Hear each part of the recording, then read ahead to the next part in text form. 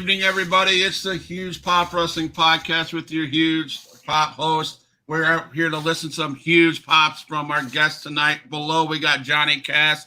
Our guest is best known from his time spent in ECW. He's been in other things. He's been a promoter. It is Bay Ragney, other known as Chubby Dudley. How you doing tonight, my friend? I'm ready to pop huge. Woo, huge. Let's go. Let's go. We're going to make this thing happen. Yeah. So, I mean, this is probably the first question you hear from everybody, maybe a question you even use. At what moment did you realize that you wanted to be in the wrestling business? So the crazy thing is, I wrestling was my backup plan in life. My original dream and goal of what I wanted to do was I wanted to be, and I'm not even going to say, because I never said I wanted to be a musician, but I wanted to be a rock star, and that's what I used to say through my teenage years of the '80s.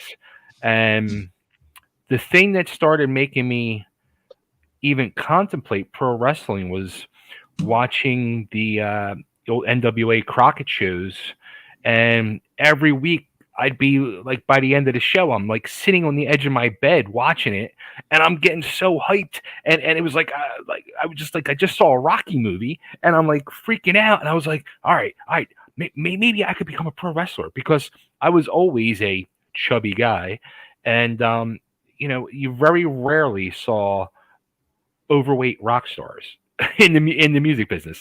So I was like, all right, well, it makes more sense because I am the fat guy.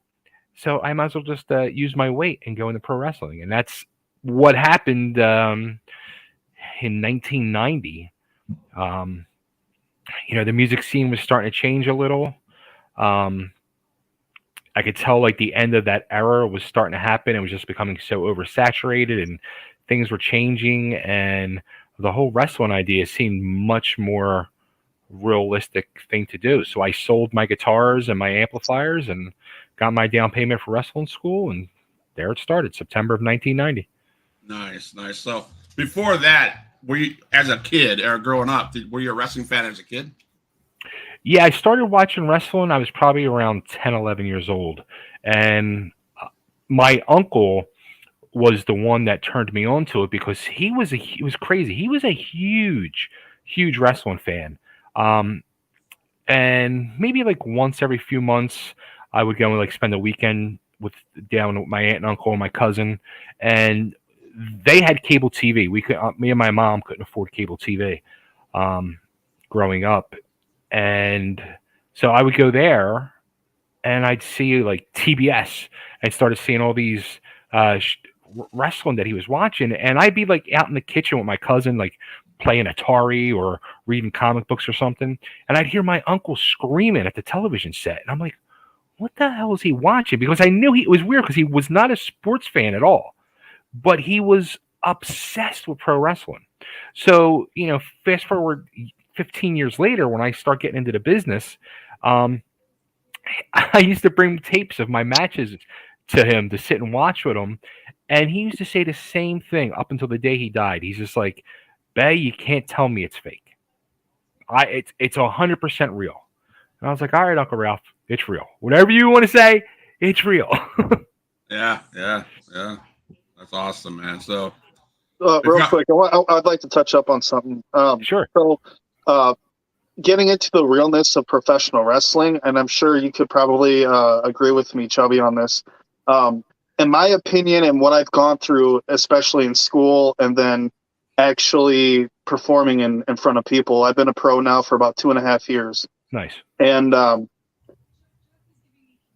only thing that's fake, the F word, fake, in pro wrestling are the storylines. Whereas when you go out into a ring, you have that other person's life in your hands and vice versa. And I found out the hard way, especially after I graduated from the academy I went to and transitioned into Sunday's open gym practice. When I was starting to take kicks to the chest or to the body where they're actually making contact. as well as, you learning how to take the brunt of the impact of like punches, power slams, body slams, and all of that stuff too. And that's one of the things that I'm not going to say most fans, but especially the IWC, the Internet Wrestling community, doesn't really understand, or wrestling fans or non-wrestling fans, I'm sorry, in general, that don't understand it. The crazy thing, when I started wrestling school, September of '90, and I was in school for a while because I had ended up breaking my ankle and I was out for 6 months and some other reasons. But in those early '90s, they were still teaching you, and the way I was taught was to work smooth, work light, and don't lay it in. And the crazy thing was, in that 4-year span, 4.5-year span, how the business just did a complete reversal. And it went from work light and don't stiff your opponent in the ring to, well, guess what? Now you got to work tight, you got to work stiff, and you have to lay it in. Like I remember, after the whole ECW thing, when I'm in there with a guy, I would tell him, I don't give a shit. Fucking hit me. It's not going to hurt me. Just hit me and lay it in. Because if that crowd thinks that it looks weak, I'm going to stiff the shit out of your back. So just lay it in. I have no hard feelings. Yeah. And I didn't realize, I'll be honest, I'm a wrestling fan, and I didn't, watching it on TV, I know the storylines, blah, blah, blah. I didn't realize how intense the indies get. Oh, yeah. I went to an indie show, and oh my God, I got a chair behind me. That chair is a big old dent from going over 2 or 3 guys' heads, and they didn't let go. It was just wham, wham, wham. And so it gets intense. So my hat goes off to you guys for going through all that. Well, I also too, like, again, with the indies, Extreme changed everything. And then again, in the Philadelphia area, you had like Combat Zone Wrestling that was even more hardcore. But then there was the whole initial era of Ring of Honor, like Johnny was talking, taking those kicks. And that was a big thing where that came from. That whole style with the kicks and everything was that Ring of Honor style, more that Japanese style wrestling. And I mean, it's some stiff freaking shit. Like Johnny said, man, you're getting them kicks to the chest. You feel it. You're going to have those marks for a little bit of time. Yeah, one of my favorite shows to watch is GCW because they don't hold anything back. Those guys go, So, so growing up, watching TV, watching wrestling, obviously, what was your favorite huge pop moment as a fan? You remember? Ooh. Early on,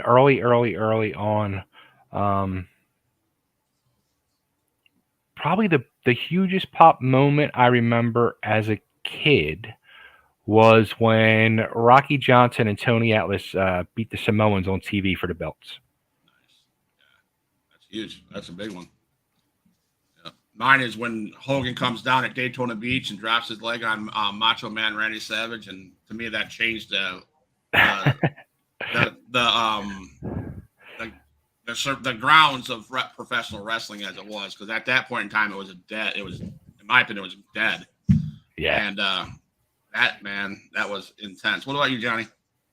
Well, me being a huge Hardy mark, I'd have to say WrestleMania 17 and that triple threat tag match for the belts in the TLC match.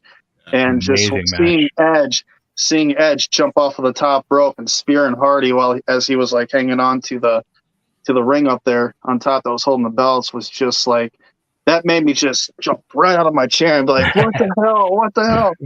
It was actually that moment where it was like, I've got to do this at some point in my life, where I knew I had to do something like this or get into the business some way, shape, or form, or whatever. And I kind of waited a little bit. Ended up having a couple of kids in my early 20s, mid 20s, but I managed everything somehow, and here I am for the last 2.5 years. Nice. You have a question for our guest, Johnny? Actually, yeah. So I gotta say, like, the one thing, this is gonna lead off into Bully Ray a little bit. Okay. And the one thing that I love most about him is that I've actually done a seminar with him. I don't know if you know who Frankie Del Falco is. No. Oh, he's up here in Wisconsin, and him and Bully are good friends. And he came down to do a seminar for him. And I spent probably about maybe 3 hours at that seminar talking with Bully, and he was doing some really good stuff for us and talking to us and picking his brain and all that good stuff. And I got to say, like, he actually, and this is the one thing I don't think most fans and up and coming stars in wrestling don't understand, is that he has, he does constructive criticism. And I was going to ask you what your thought on constructive criticism, especially in today's world. What your thoughts are on that, especially with the new younger generation, and the younger generation kind of being a little bit sensitive. And in my opinion, if you're going to be a little sensitive in today's world, especially when it comes to professional wrestling, this business isn't for you. But that's my opinion. I'm not trying to sound like an asshole here. But I agree 1,000%. Yeah. You know, I love hearing that about Mark. Somebody just said to me the other day too that they feel like he's like now truly getting like his just due and respect for not just all of his years of in-ring work, but the mind that he has for the business. And he's a dude who, and I haven't talked to him in, it's probably at least 15 years. And I just said on an interview last week that I remember when he came in the ECW and he was very, very green. Same with Devon, both of them very, very green. And I was like shocked that they were getting used off the bat. But in the time that I was there with them, I saw the hard work they were putting in. And in the short time that I was part of the Dudleys and I was there for over a year and a half, I saw them grow tremendously. Fast forward years later, I mean, the talent and knowledge that those guys have and what they accomplished, I don't think anybody ever expected for them to do what they did. And they did it because they're dedicated, they busted their ass, and they truly love the business. And you're absolutely right. If you're going to want somebody to coddle you and hold your hand and not give you criticism, it doesn't matter what business you're in. You shouldn't be in it because you're never going to survive. And I would rather have Bully Ray or Devon or anybody, you know, with some type of experience, take that time to criticize me because it's only going to help you. Take the criticism, be a professional in any business that you're in. Learn, because the most important thing is learning, and you can never ever learn everything to do with, again, any business that you're in. So keep learning every day and take the criticism and then say thank you at the end of it because that person just helped you. Yeah. Right. And I also thanked them too at the end of the seminar for being a host on Busted Open, because I feel like me being a independent professional wrestler, I feel like I'm still learning and he's still teaching. Yeah. And I'm getting those daily lessons Monday through Friday or Monday through Saturday whenever I listen, mainly Monday through Friday. And as he's talking about the business, and especially when he's talking about his days in ECW and the early WWF when it was the Attitude Era, and also like especially now with working in the independents, and it's just like a never-ending class. And I'm very, very thankful for that, and I proudly pay the monthly subscription just so I can have that. I've never heard his show. I do truly need to hear it. It's funny because once in a blue moon, people will mention me on the show or whatever to him, and this was probably about 6-7 years ago. One of my best friends is a tattoo artist back outside of Philadelphia, and the guy that owns the shop he works at's a huge wrestling fan. And I walked in there one day and he's like, dude, Bubba Ray was talking about you on his radio show. I'm like, what did he say? I'm like, I was like shocked. And he's like, yeah, he said you're dead. I'm like, what? He said, because somebody called up and asked him, is Chubby coming to your house for Thanksgiving dinner? He's like, I think that guy died. I'm like, okay. You might want to reach out to him, man. I'm alive. Guess what? That would be really cool to hear you to hop on Busted Open, even if it's for like 15-minute interview or something. That'd be kind of cool to hear. I would love to, I would love to do that with him. I actually interviewed Devon on my show before I moved to Nashville. It was a few months before I moved to Nashville. I had he was appearing at Wizard World Comic Convention in Philly, and I went to go and see him, and then we ended up hanging out for like an hour and a half and just talking, and talking about everything that happened in ECW between us and the years and everything, and it was an amazing conversation, and he ended up doing my show afterwards, and I interviewed him, and we had a blast. I haven't talked to him since though. So you heard it right here on Huge Pop Wrestling Podcast. Bubba Dudley, Chubby said he's still alive. So we'll clip that, and put that on TikTok so you can know. I'm pretty sure do that, but I'm pretty sure he knows now because people are constantly, when they make these appearances at these conventions, both Bubba and Devon, people are always like sending me pictures on Facebook, messaging me. They're like, "Hey, just met your brother. They told me you were asking for them." I'm like, "Oh, great, thanks." Nice. So 1991 to 1992, you were in independent circuit. Where were you, and who did the training in the beginning? So I trained at the old Tri-State Wrestling Alliance Wrestling School in Philadelphia, which was the precursor to ECW. So I was trained initially by Larry Winters and Ron Shaw, who was an old WWF jobber. They were my two initial trainers, and then Ron had to take a leave just because of his normal day gig. He was a bus driver. And then Larry was the main trainer, and then Larry ended up getting hurt in the ring, and he was out for like 6 months. So then Johnny Hotbody and Tony Stetson took over for my training, and then I got hurt, and then I was out for 6 months. And then when I came back at that point, I was getting ready to make my debut in February of '92 for Tri-State Wrestling Alliance, and the promotion folded in January of '92. So at that point, I was like, "Oh shit, what am I going to do? Like, I'm screwed. I never got to debut. Nobody knows who I am. Nobody knows if I can work. Nobody knows nothing about me."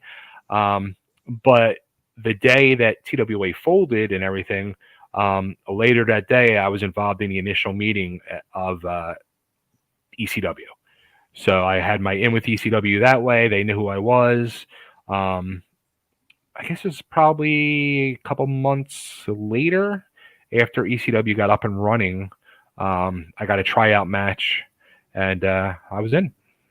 Oh, ECW, are you talking Eastern Championship Eastern Wrestling? Championship Wrestling, yeah. Okay. Yeah, so I wrestled for Eastern Championship Wrestling as one of the Hell Riders, as Easy Rider from 92 and 93. And then that was when Eddie Gilbert came in, was handling the booking, and then Eddie basically cleaned house and got rid of most of the Philly guys and brought in a lot of the Memphis guys and, more name talent and much better talent as well. So at that point, I started working for Jim Kettner in Delaware with ECWA, and I worked for him I was doing singles, and I worked for him 93, 94, 95. Once I got asked to go back to ECW, that's when I left Kettner. Became a Dudley. Can you talk to us about the April 3rd, 1993 match versus the Super Destroyers for the ECW Tag Team Champions? Oh, look at you. He's got dates. Do you know where that was? What building was that was? I think it was the inaugural episode of ECW Hardcore TV. Oh, God. Oof. It's crazy. When 92 and 93, as we were doing the circuit for ECW, we were in a feud with the Super Destroyers, and we were number one contenders, and we were getting a nice little push, and there was some talk of possibly giving us the straps, and I was like blown away because it was a good feud and it was fun, and we were over, which was great. What's up, Zach Velocity? How's it going? So then once we got the TV deal and Eddie came in, we just got completely squashed out. And we were the very first match in ECW TV history was us against the Super Destroyers, and we got completely jobbed out. Johnny? Yeah, that really sucks. I still honestly, and this is another thing too. Like I want to touch up on, in my 2.5 years in the independent professional wrestling scene, I still have not had a title match yet, and I refuse to have a title match handed to me until I feel like I've earned it. And I want to touch up on something here too, real quick. And the one person that taught me that, and that I respect most out of all the wrestlers that I actually like is Austin Aries. He took the time to talk with me for about 5 minutes at Starrcast 3, and he's the one that pretty much taught me, like, never go after anything unless you've earned it, unless you deserved it, unless you worked hard for it. Right. And that actually came from when I met him. I have this belt right here, this X Division title belt. Okay. And in my opinion, Austin Aries was the X Division when he was in TNA wrestling. And I asked him, I was like, well, hey, when I take my picture with you, do you mind holding this over your shoulder? And then that's when he said that he doesn't hold championships that he doesn't win. And then we talked about that for a couple of minutes. So that kind of stuck with me a little bit, and it kind of like never left. And ever since then, it's like, well, I'm in this business to make money and to win championships. But in order for me to win championships, I want to feel like I've worked for it. I want to feel like I've earned it. You know what I mean? But how do you feel if the promoter feels you're ready for it? I feel like if the promoter feels like he's ready for me to have a title shot, then I feel like I've put in the work and effort and hard work to earn that spot. Okay. Now you were a promoter, am I right, Mr. Dudley? Yeah. Promoter, booker, did it all. Is there one person that influenced you the most in your time as a wrestler? Oh.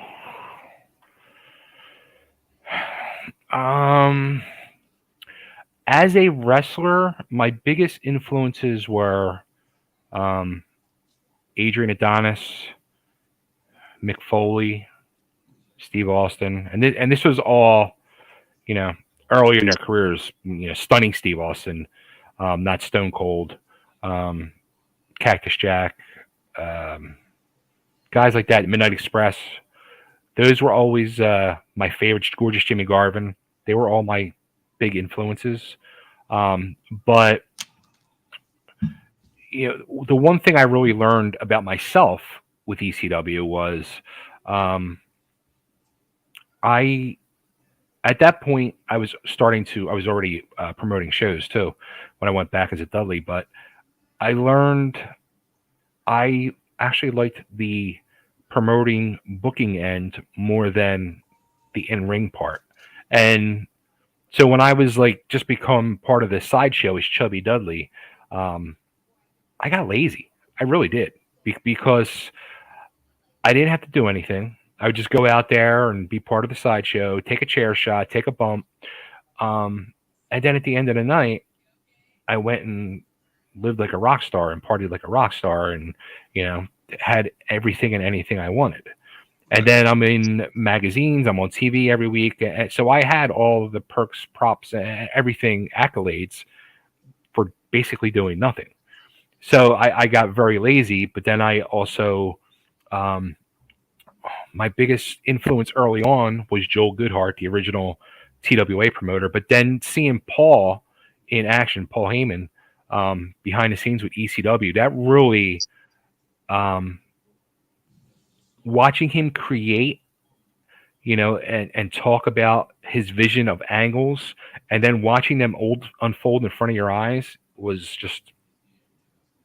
I was more into wanting to do that than be in the ring. Talking about Paul Heyman, I mean, if you watch any of the SmackDown in the last 3 years, in my opinion, he's genius.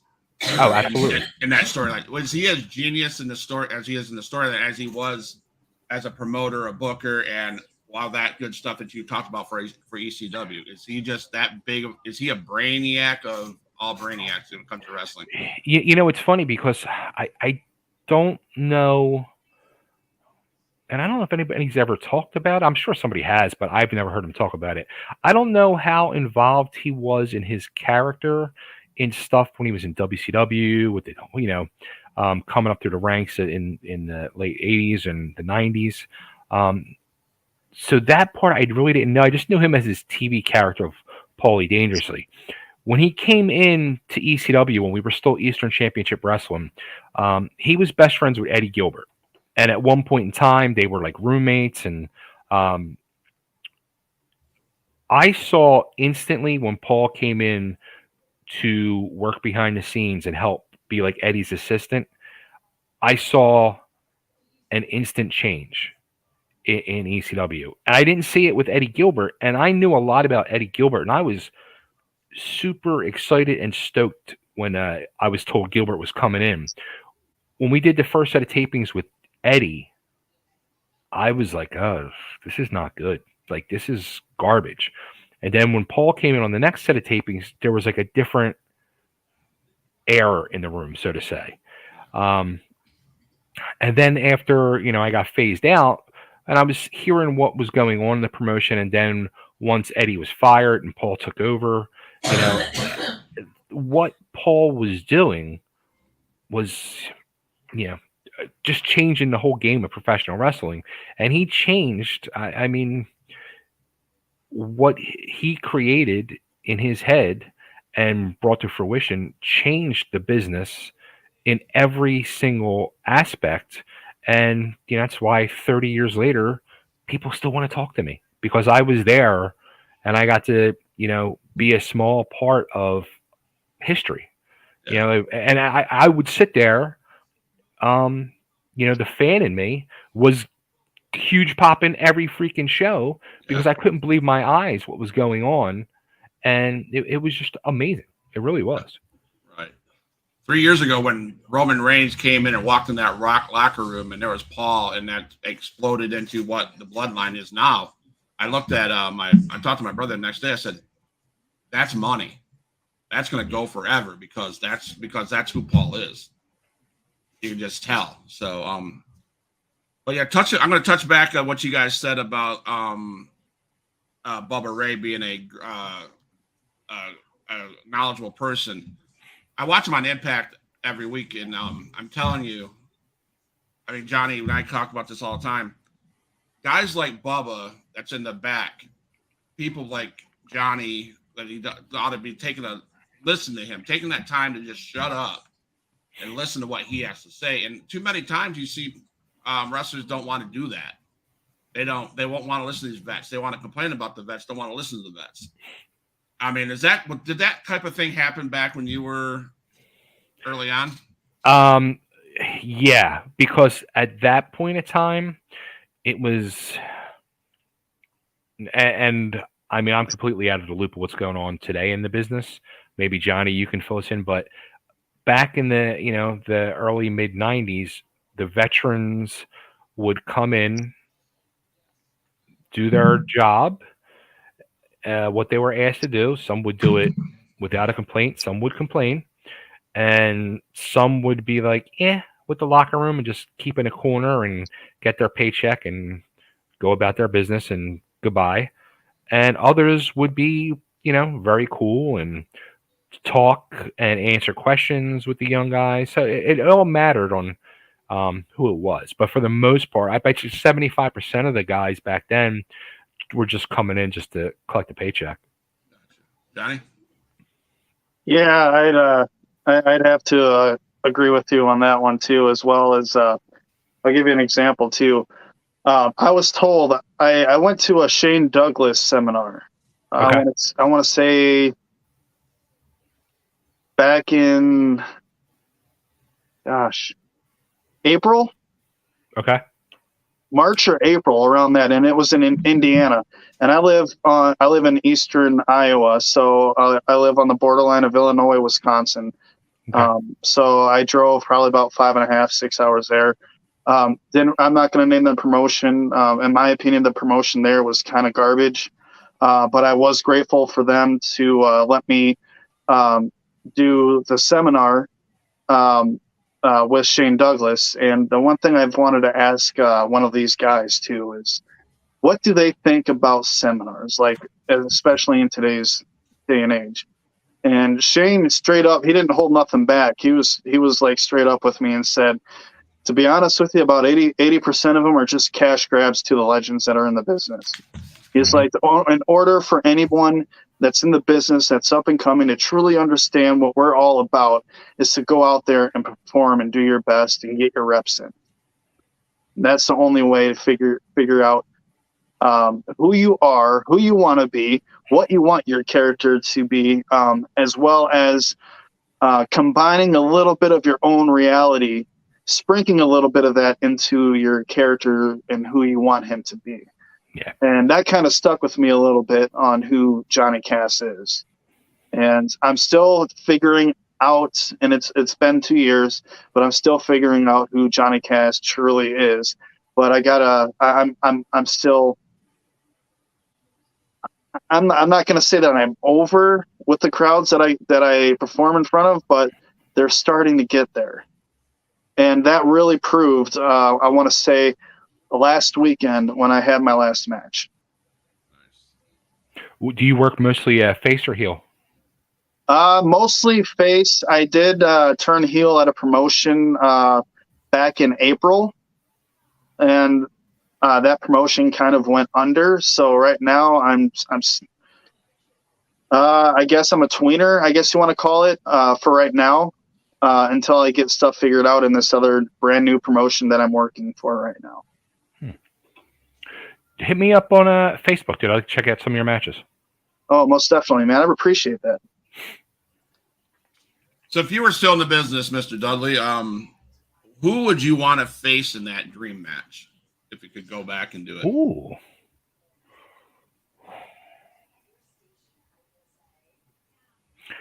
The first name that popped in my mind is somebody who became one of my best friends, not only in the business, but outside of the business, still to this day. And he's the guy that finished my training after TWA went under and got me my tryout match with Todd at ECW. And it was funny. It was about 15 years ago. I was starting to dabble in possibly doing a comeback. And I asked him, I said, come on, let's do one match, or maybe even let's set up a feud. You know, I could probably get us some bookings with some promoters in the Philly area. But we just never did it. And that's Jimmy Giannetti, who was an old TWA guy and an early ECW guy. And actually he finished me and Steve Richards training together. The very first match in ECW history was him and Steve Richards. They did it was a student versus teacher match, and they did a 20-minute Broadway. Nice. So in your journey through the ECW, through the independents and the mid-Atlantic scene, is there any car ride stories you could share?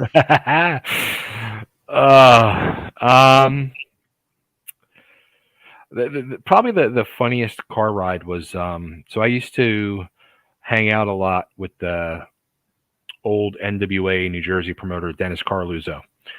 He was a very good friend of mine, and after I had left ECW, I started working for Dennis, and we were Dennis's old. He had his own lackey, Gino Moore. Gino was his lackey, sound guy, ring announcer, and driver. And Gino had like a conversion van, and he would load up, a bunch of the boys, and they would drive. And I rode with them to a show in Jersey somewhere. I don't even remember where, but it was me. I think it was a good friend of mine, Frank Cody. It was Harley Lewis, Derek Domino, who were the Misfits, and the Iron Sheik. Mm. And we just sat in the back of the van, drinking the whole ride up. And the Sheik, he literally he sat in one of the like swivel recliner chairs in the back, and he would just look at us. We were like popping beers, drinking, and he'd just turn and go, "Can I get one?" We're like, yeah, of course. Give him one. He'd down it. And he just looked over. Can I get one? It was, and that's all he would like. And he would just look at us, and we were like acting like jerk off young punk kids in the business, and he would just like give us that goofy smile and just look at you. Can I have one? And probably an hour and a half into the ride, we all have to take a leak, and we're on the side of the Garden State Expressway in New Jersey. All of us lined up in a single line on the side of the highway, pissing. And I just looked down, like I can't believe my eyes at what's going on. And I look down, at the same time, the Iron Sheik looks down too, and he's just got that stupid smile looking down at us. I'm peeing on the side of the road with the Iron Sheik. Nice. Nice. So I dabbed in a little bit. There's something about the Mid-Atlantic scene. Can you talk about your experiences in the Mid-Atlantic scene?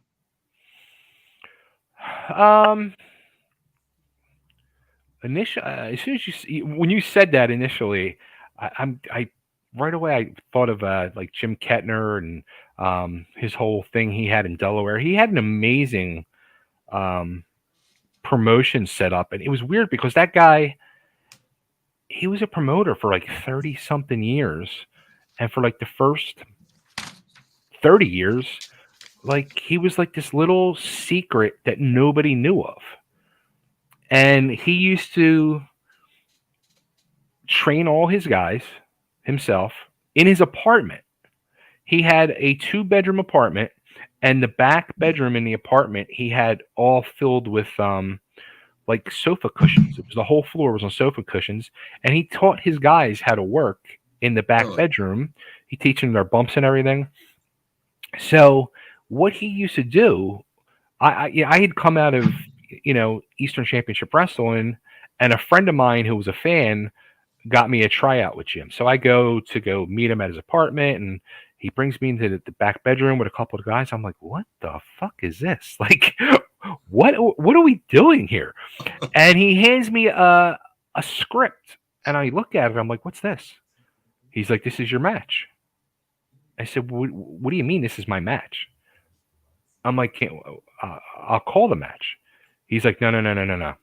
I script everything out. And he used to, he would run once a month, and he drew great crowds, but he had his own crew of guys that he created every character and created every single match. And he had that whole match, or he had the storyline and matches put together for the whole year for every one of his characters, for every show. That's cool. That's awesome. Yeah. Cool. But it was crazy, though. Like, so then after he brought me in, and then I got him to bring in a couple of the other old ECW guys, and then he started getting away from the scripts, and then he ended up creating, he started bringing a lot of the indie guys, and he created the Super 8 tournament, which became like this legendary tournament. And for years, it was like the biggest like singles indie tournament around. Okay.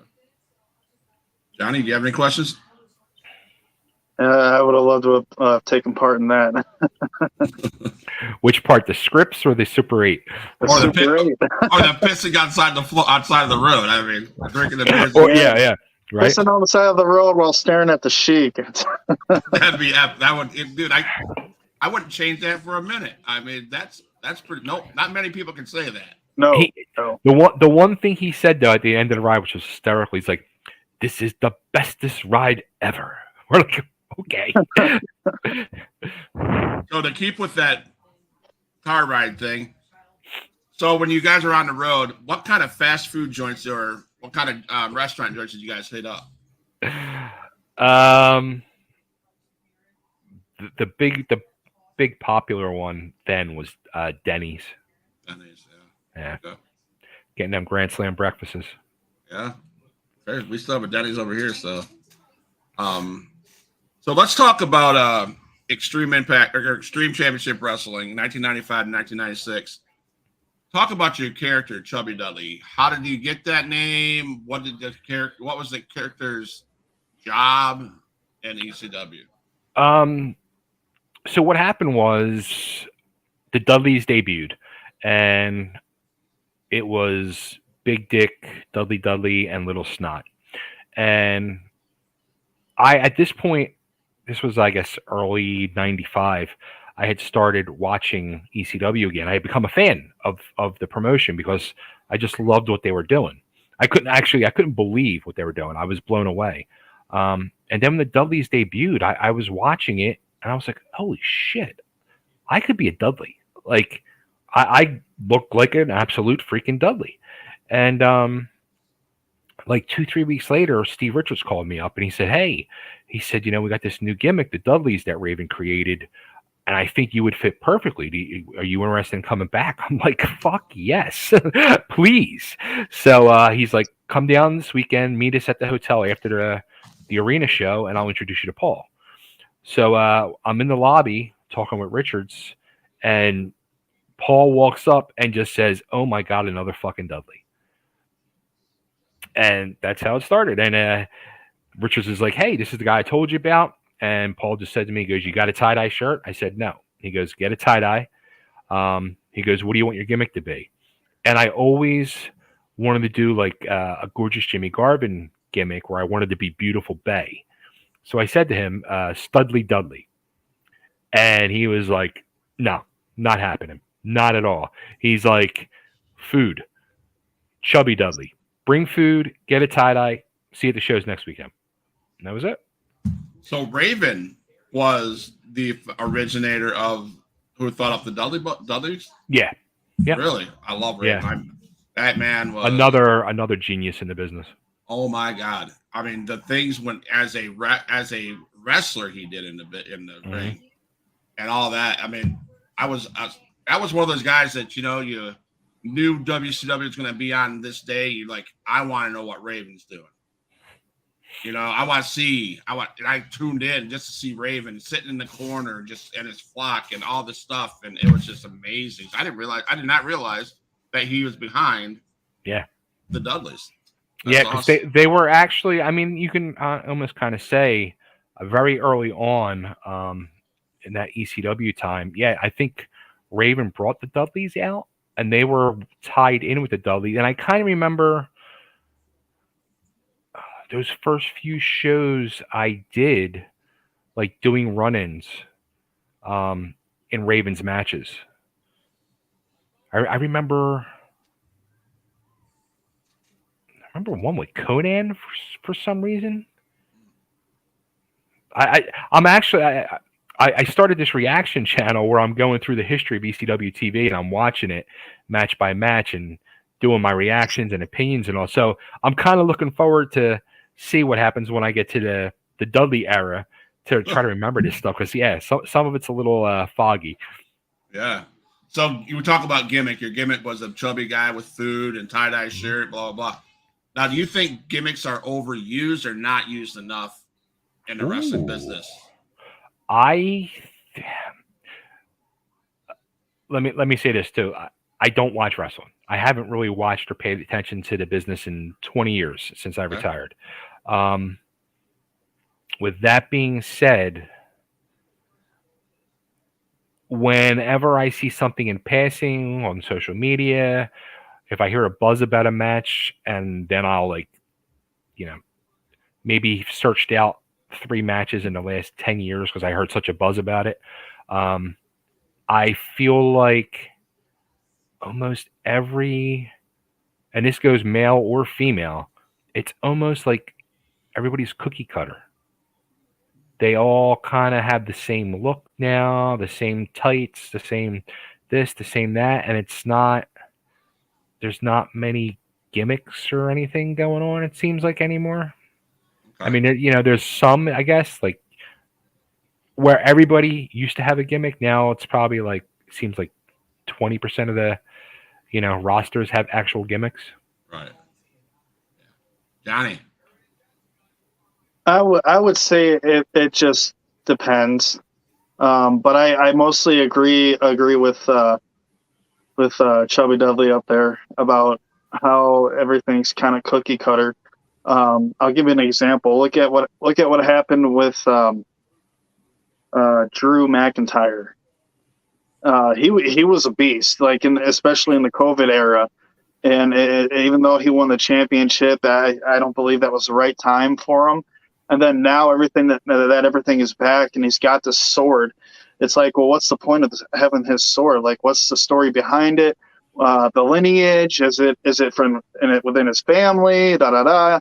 But it's like, I don't think you should probably incorporate that into your character, especially if you're. Well, I guess maybe if it makes sense, but in my opinion, he doesn't need it. True. Now, storylines. Let's talk about storylines. In my opinion, as a wrestling fan in today's world, I see more storylines in the independents than I do in the big shows like AEW. They have short storylines. Be it that. The best storyline going right now is the Bloodline storyline. Has been for 3 years. But back in your short time of wrestling, was storylines huge back then? It's so important. Storylines were always. I used to say, wrestling was was a soap opera for men. Yeah. Because of the storylines. And Johnny said something towards the end of his last statement, and it's got to make sense. So many things like. I've done recap. I've done. There's a podcast in Australia that interviewed me a few years ago. I became friends with the guys, and they'll have me do recaps with them for WrestleMania. So I'll actually watch WrestleMania, and I don't know who half of the roster is. Probably 75% of the roster, but I half the show. I'm watching it, I'm just like, it just doesn't make sense. What's going on just doesn't make sense, and stuff like that baffles me, especially when you have. The WWE, where they have 30, 40 professional Hollywood script writers writing storylines, and stuff just doesn't make sense. And it needs to make sense. It's your storylines need to make sense. Your matches need to make sense. Everything needs to make sense for it to work and be over. Right. So. Yeah. No, you're right. And I have an opportunity to, on a weekly basis, interview guys from SICW, which is out of Missouri, St. Louis. Okay. Herb Simmons is the promoter, and he's the one that brought in Cactus Jack and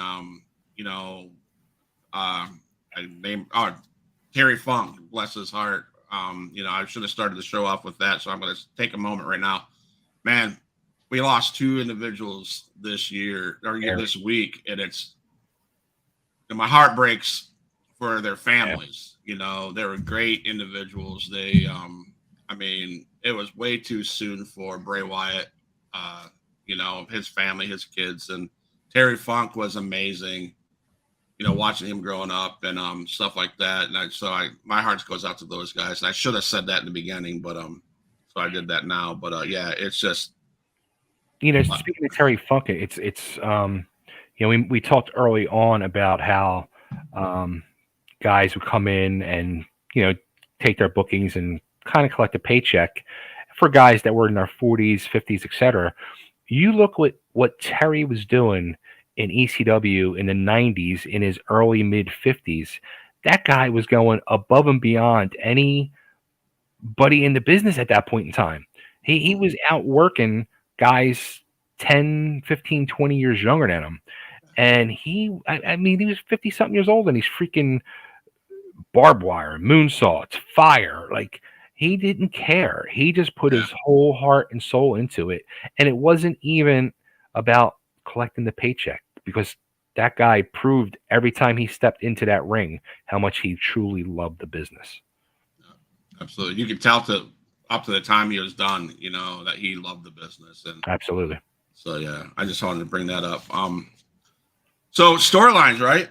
That's what you were involved in. A great storyline. You were the guy that brought the food to the ring, and you took your bumps and stuff like that, and April 13th, though, 1996, the incident at the Massacre on Queen Boulevard, the debut of Devon Dudley.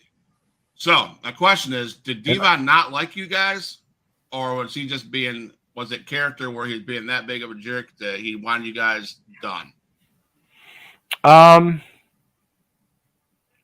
So the whole storyline with that was Devon wanted us to, be serious. We were comedy. We were a comedy team, comedy act, and he came in and wanted us to be extreme and just take things more seriously and not be a joke. Which was a good angle because, at first it was he was part of the fold, and then he broke away from the family, and then the feud started, and that was truly, and I've spoken about this in interviews before over the years. The match, it was Bubba and Big Dick against Devon and Axel Rotten at the arena. That match, I felt, was truly the Dudleys' turning point. That was the night the Dudleys became extreme, became hardcore, and I think got respect of the fans on the other side of the guardrail. And then we also that night got heat in the locker room because we were the opening match and we tore the fucking house down, and we ended up just brawling all through the arena. It was just balls to the walls all over the arena. Everything that was not nailed down was used. And we got back in the locker room. We were all jazzed. Like, we felt it. We felt it with the crowd. We felt, we were getting such huge pops all through the match. And when we were going back, we got greeted as soon as we got through the curtain. We got our asses handed to us because we were the opening match and we just fucking did everything out there. And there was 9 more matches to go. And it's like, what are they going to fucking do now? Because we just did it all. Well, I would have said that's not your fault. That's the booker. That's how they booked it. If that was going to be the case. Well, we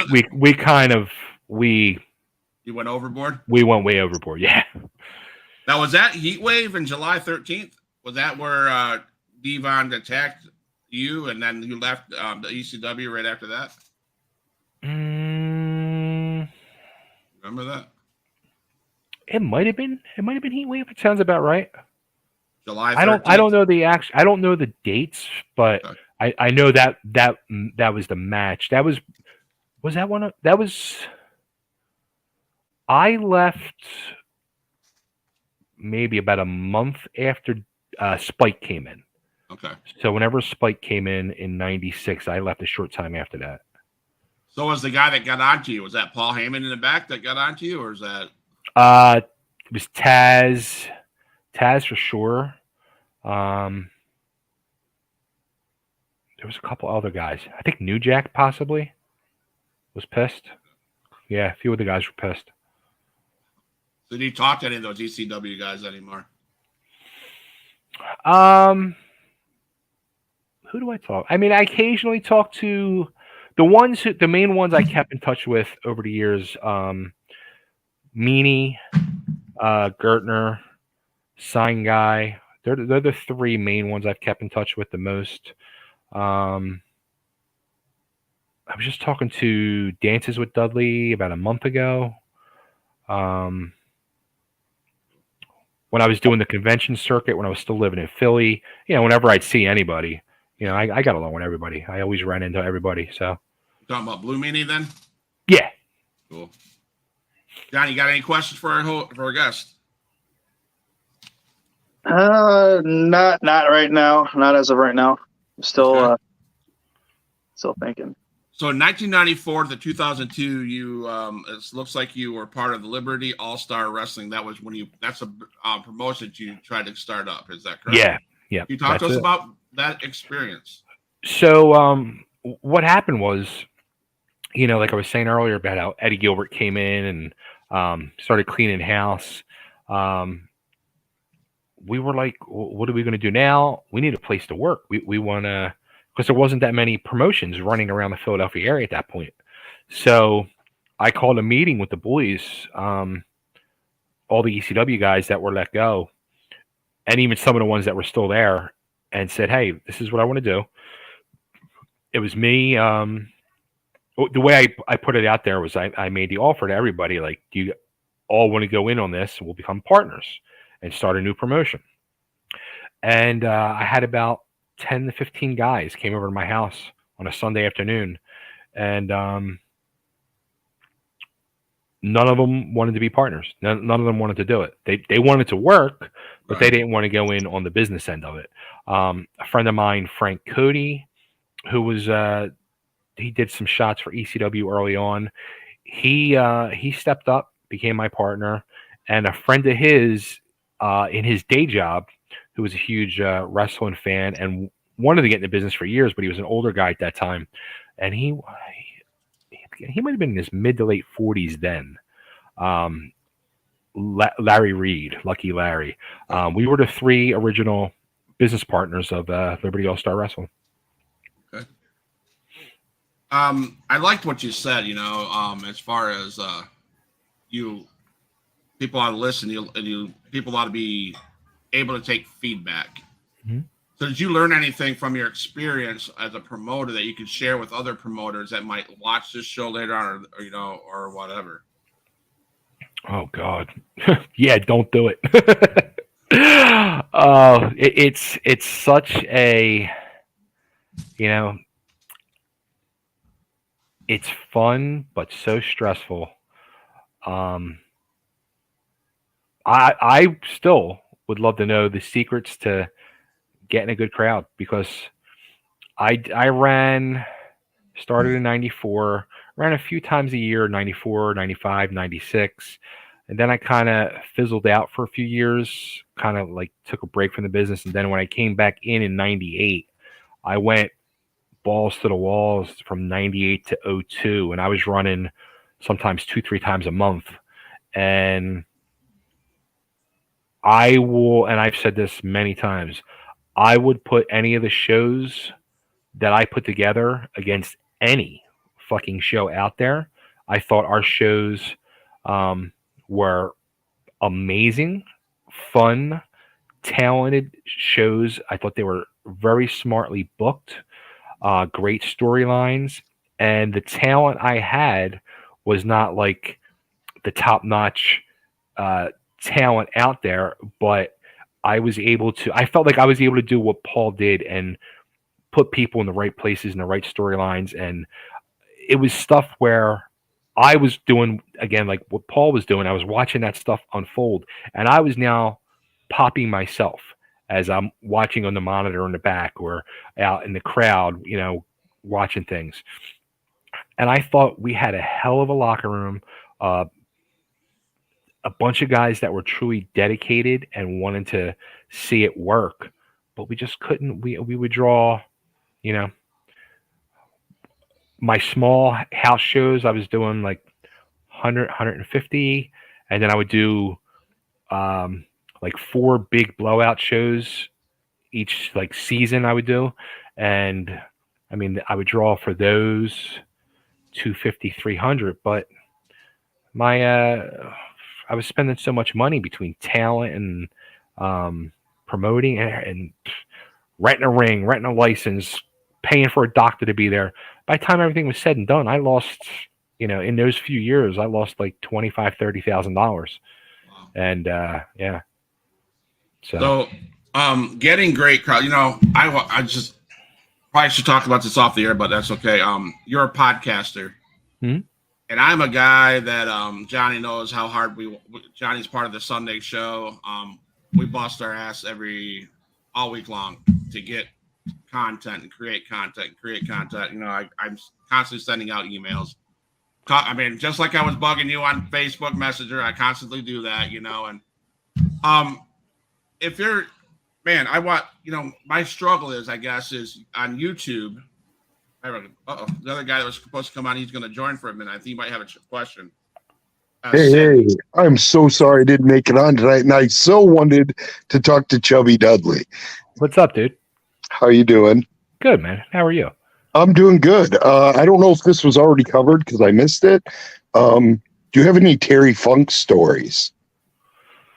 Ooh. How's it going, Sin? How you doing, Cass? Doing all right. Terry was like such a he reminded me of like the goofy drunk uncle at a family function. Because he liked to drink. He would always just be like very relaxed, chilled, and he would like talk. It's funny, like I shared a locker room with the guy for 2 years, and I don't think he ever knew my name, but he was always like one of the first people that would come and shake your hand and say hello to you. He was just he was a beautiful, genuine human being. Yeah, I mean, there's no real crazy stories of Terry. Just it's just watching him do what he did on those shows, and just thinking to myself, man, this guy's 50-something years old, and he's more than double my age at the time, and he's working fucking circles around 95% of this locker room. Wow. Yeah, with his passing recently, I just figured I'd ask about him. Yeah, no, it's we had just mentioned him a few minutes before you hopped on, but he was truly just a great guy, a nice guy, and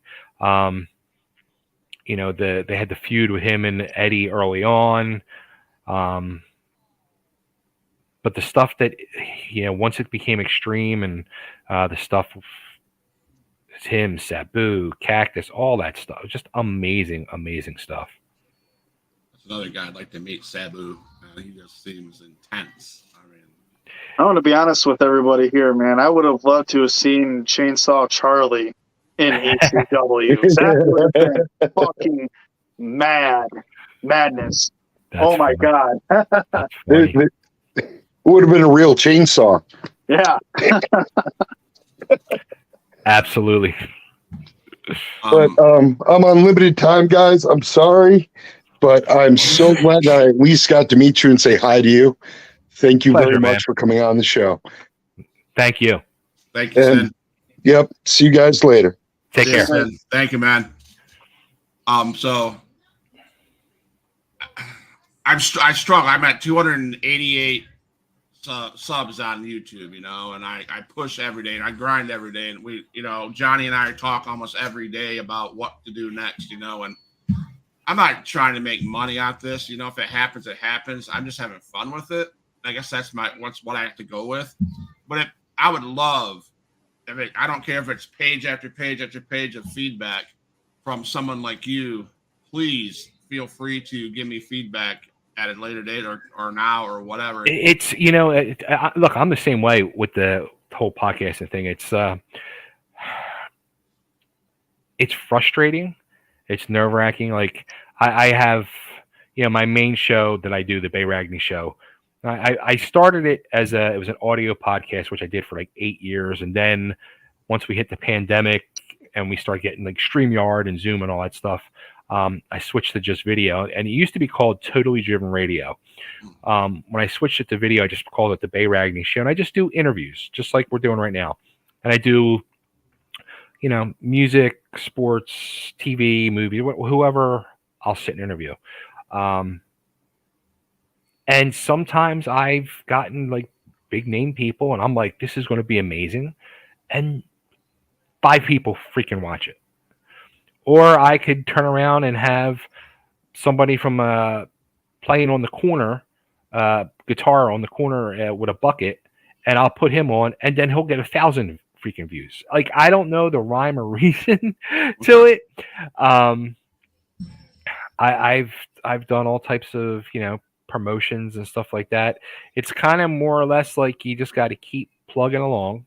Yeah. And what I do, and I don't know if you do this, like every time I do an interview, what I'll do is I'll write up a press release, and I send out press releases to all the sites to try to get the sites to share out the links and stuff like that.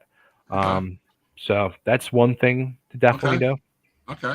Because I can't say that we haven't had success, because in my opinion, if 5 people watch, 10 people watch, 1 person watch, whatever, later on it gets views, I mean, but I have had, and Johnny's been on some of them. We've had the opportunity to have Shane Taylor, Alex Kane, Ken Anderson, one of our biggest, Jindrak, Shane. I said Shane Taylor, C.W. Anderson, Gunner. I mean, all those guys. So we've done some big stuff, and I'm happy. I'm proud of that. Don't get me wrong. Sure. It's just that when you look at the end of the day, you look at your numbers, and it's 288.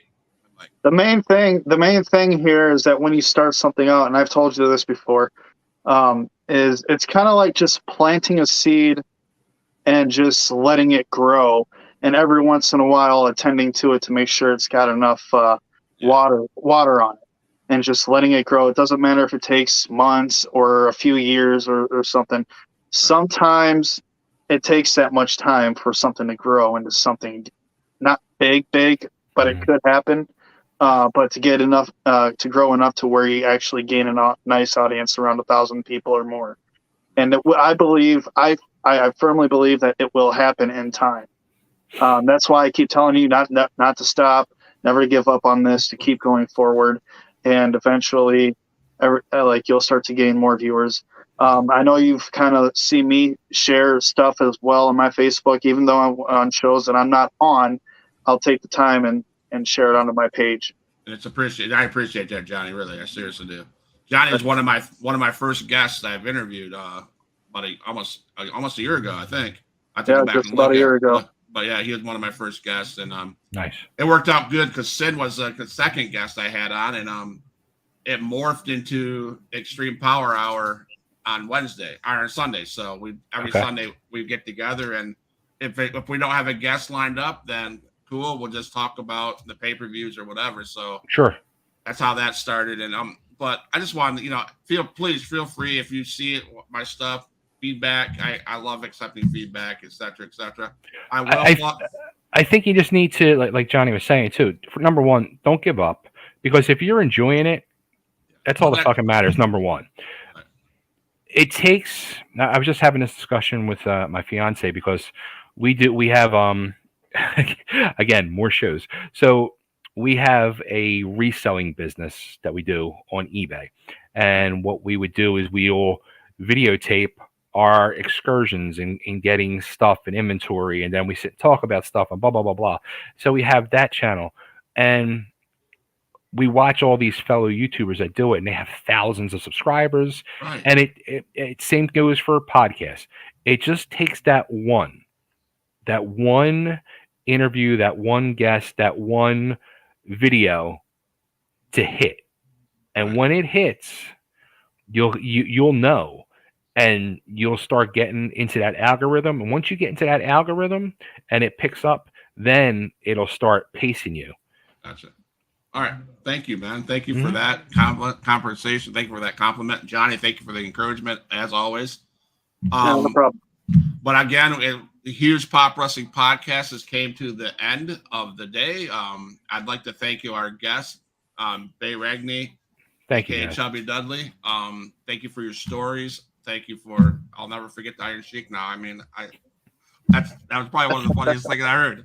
That was epic. I'm just saying, that was huge, right? That was a huge pop, And one day, hopefully, I get to meet you, guys, my friend. And when you come to Nashville, come on.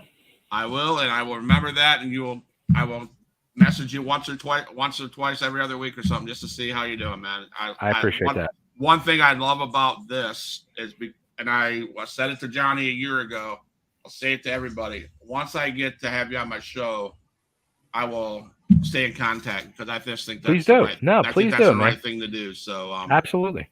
Johnny, thank you for coming aboard tonight. Thank you, Johnny. I appreciate that. Hit me up, man. Definitely will. Huge Pop Wrestling Podcast. Check out Pro Wrestling Tees, Huge Pop Wrestling Podcast, for your Huge Pop t-shirts. We got 3 brands out there. One up in the corner is a design that you can get. Designs. We have 3 designs. And I appreciate all the people that are going to watch, subscribe to the channel. And again, before we leave, Mr. Bay Ragney, can you tell people where they can find your podcast, where they can find information on you? All right, so you can just look me up on Facebook. I'm not hard to find. Bay Ragney, Chubby Dudley. There's an official Chubby Dudley Facebook page. But like I mentioned earlier in the interview, so I have my React and Chill with Chubby Dudley YouTube channel, and I'm literally going match by match, and I usually release a new episode every 2 to 3 days, and I just talk about that match, and I'm only up to June 15th, 1993.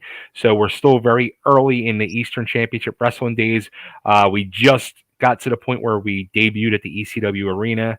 So it's very early on, and I don't pull no punches. I talk shit about myself and others, and I praise when praise is due, and but I'm having fun, and it's kind of scary how much people were actually big fans of the Eastern Championship Wrestling stuff, and they want to know about it. I was kind of shocked by that. But even so, please go subscribe to my channel, because my channel's only got 365 or 66 subscribers. So come on, I need 1,000. Let's go. Go. Thank you again, Huge Pop Wrestling fans. Follow Chubby Dudley. Johnny Cash can be found on Facebook, anywhere. Hit him up. And then watch for him around in the Midwest, right? Midwest scene. Watch for him in the Midwest scene. And thank you again, guys, for the night. I'm going to play our closing, but stay in the lobby. I'd like to say goodbye. So.